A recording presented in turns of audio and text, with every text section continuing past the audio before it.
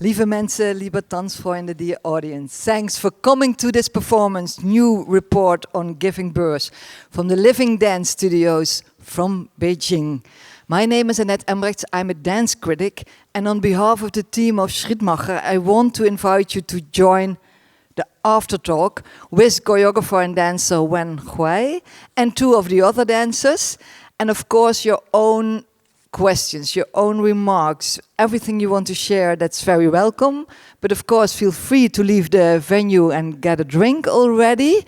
But if Wen Hui is ready already, may I have a warm applause for dance and choreographer Wen Hui.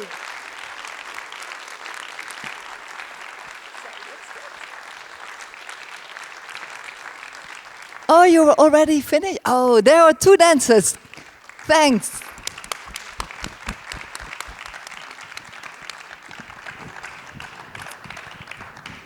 So, Wen, you are not only a choreographer, not only a documentary maker, not only an installation artist, but also still a dancer. Normally you don't ask ladies to their age, but in this performance, age is counting, I guess. So please introduce yourself and introduce your background, your age. When? I'm 64 years old. I'm a dancer. I'm still dancing.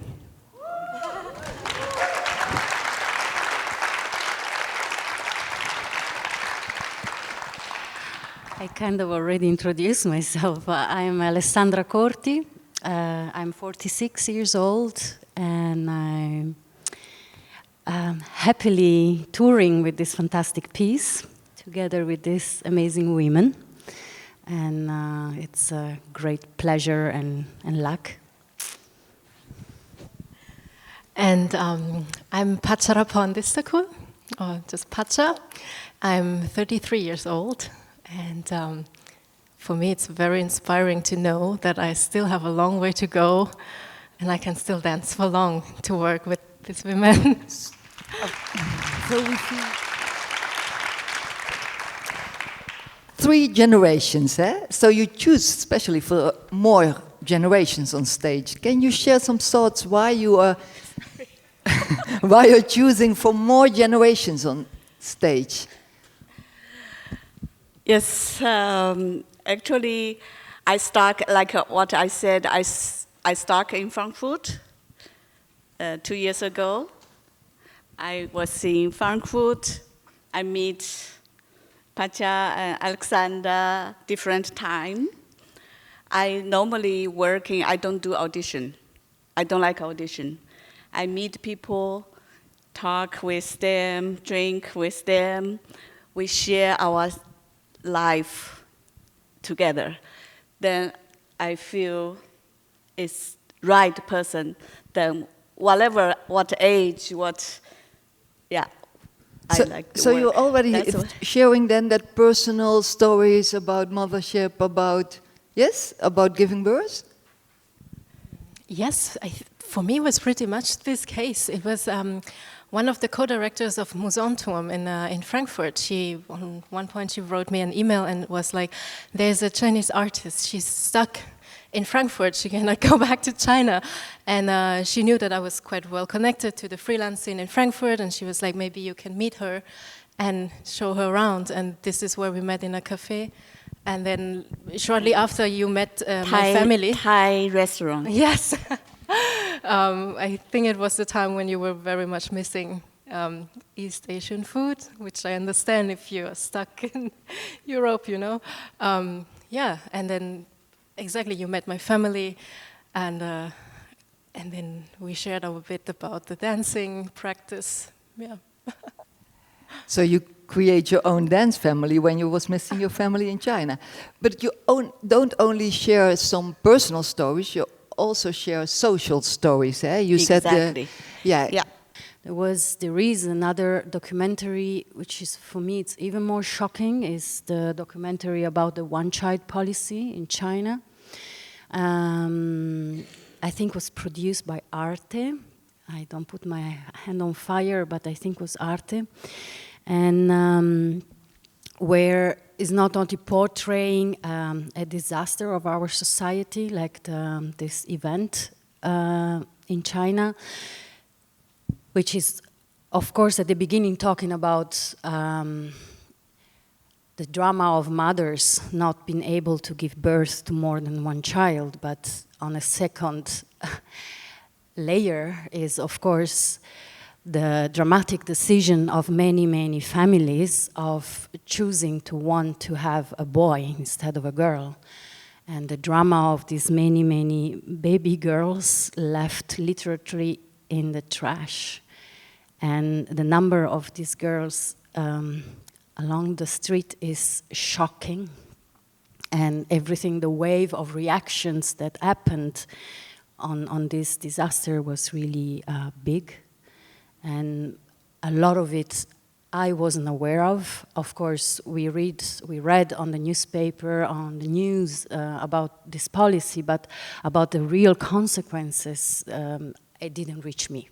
I don't know the public, but it was really shocking to see how little came out of this tragedy. And when is these shocking consequences still there in China, still there from the one-child policy? No, from 2021. Yeah, but do you feel we still the start a consequences? three-child policy.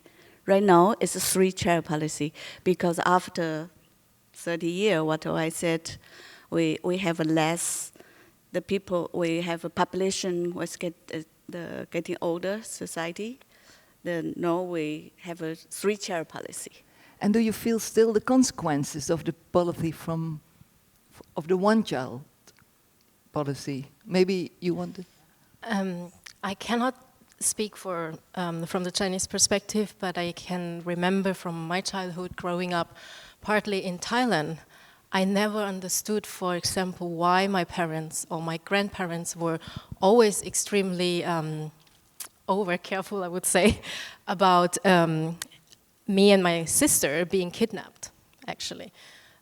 This is, I think, one of the consequences that we could feel in the neighboring countries, that this human trafficking was happening as a consequence from the one-child policy.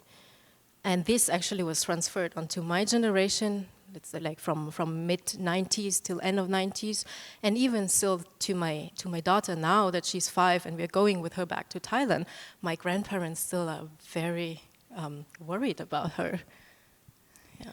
And another consequence is, correct me, is 30 years of single children generation. So it's all people that grew up as single child. That's quite something.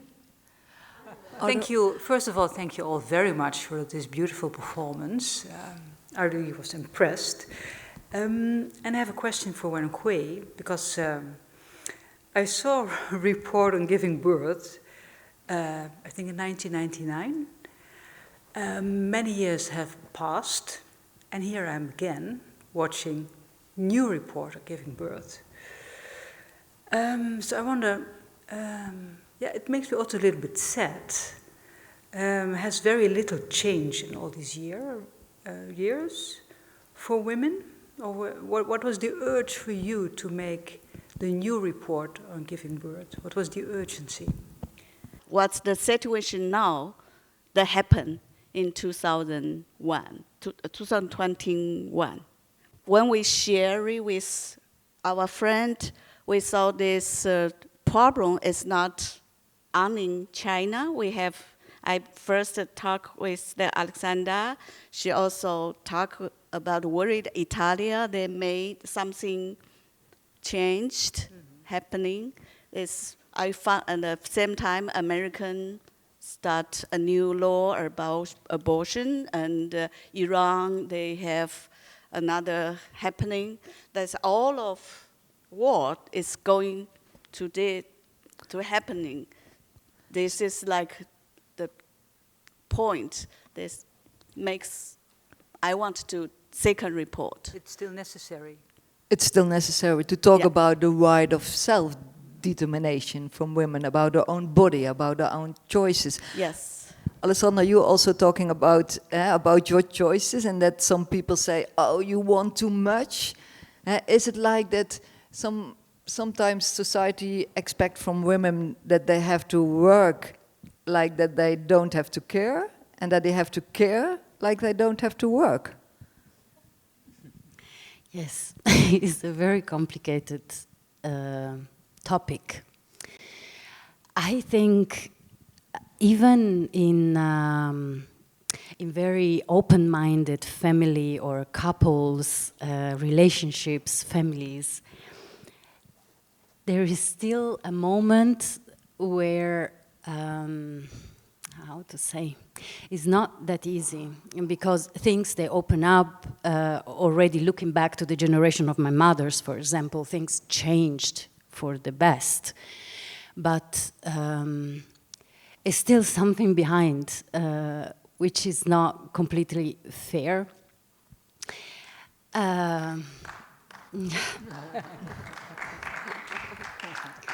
There is something, and I could spot some topics, starting from how much we earn and our men colleagues earns. It's a matter of fact. And in a family, when you have to choose, okay, I stay home, you stay home, I go to work because I earn more money. And you mentioned also the choices of your mom and your aunt and your grandmother, but they are very well educated, and then they have to stay at home. Yeah, which was also a choice there. Like, it was other times, and I have to be honest, my family is a very matriarchal family. It's like, when the mama says something, is that. But yeah, there was very clear roles. Mothers took care of the house and the kids, and Papa goes to work. It was very clear. And in that clarity, there was little space for struggles.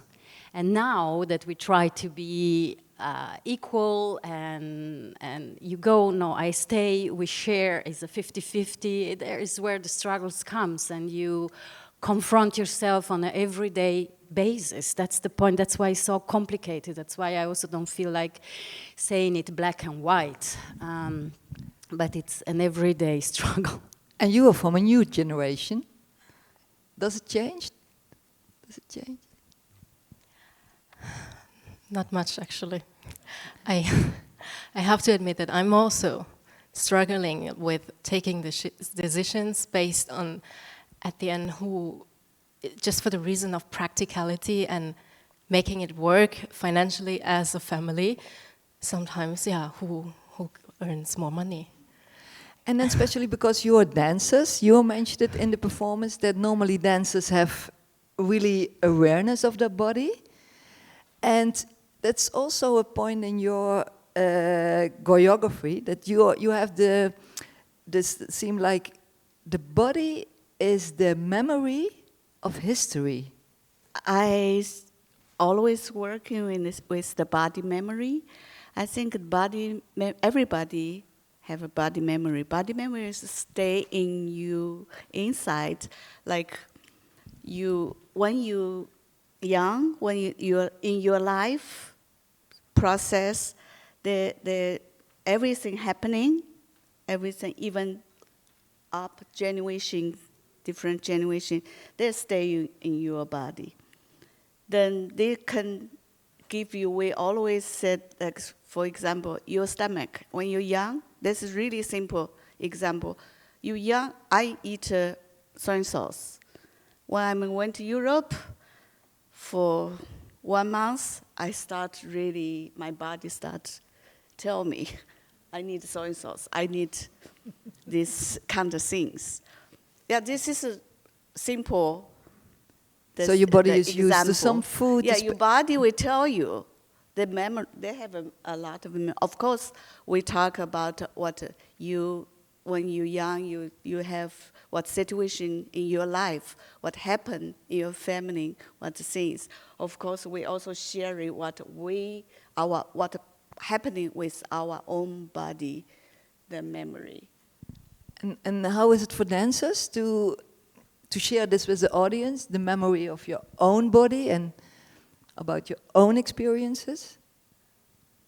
I think as dancers, like at least for my case, I've been in a year long of dance education, and it's literally in a dance education. Yes, you are every day in the dance studio, and you train yourself to somehow become more and more sensitive on about reading your body. I would call it reading the body. The body is literally like a book for me. And now, after 30 years old, it's as a dancer, I think I can really say that all these experiences, like live stations, let's say, between Thailand, Southern Europe, Northern Europe, all left a trace in me, not only in the not only in my dancing, I think also in everyday life. It's just through the dance training, maybe you get more tools to read it. Read it, yeah. And this is what we bring in, I think. Relate to when the Pacha started rehearsal, for me, I read her body, I feel some very familiar things. I think this is like from Asian background. Actually, Pacha is not long time living in Asia. She was come to Europe very early, young, 9 years old, right? But the first time 7, 11. the second time 11. Yes. Yeah. She was going up from Europe, but still her body have the roots in Asia. In the studio, I feel like really close. I'm familiar with her body things. I think for me this is body memory already. Yeah. You don't know. This just coming out. And this is so different than with Alessandra from Italy. Yes. It's different quality. We can see two dancers was really two beautiful dance, amazing dancer, but it's two different quality. I would say. What is the symbolism of all the sheets? Actually, these seeds last year we bring from my hometown.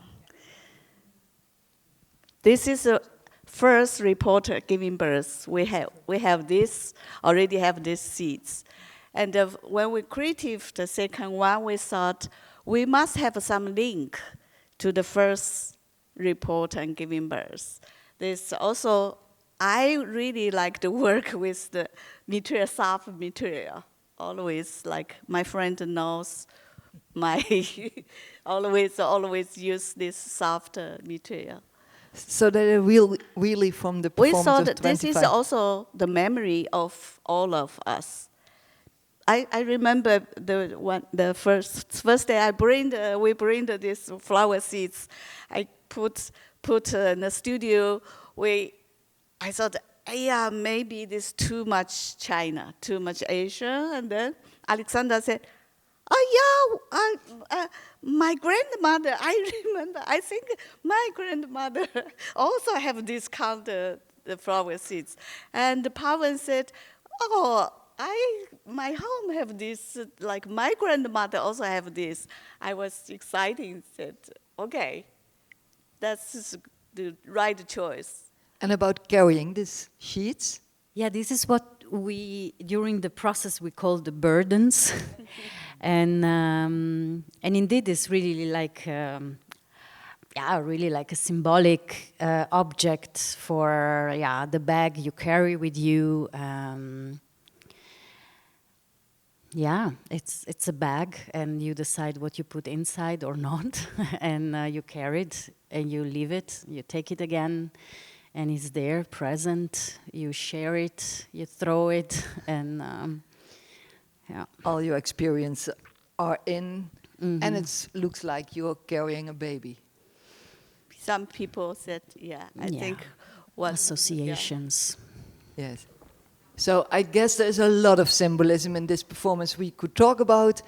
Maybe we can do that at a bar with a drink afterwards. So may I have a warm applause for Pave, Alessandra and Wen. Thanks for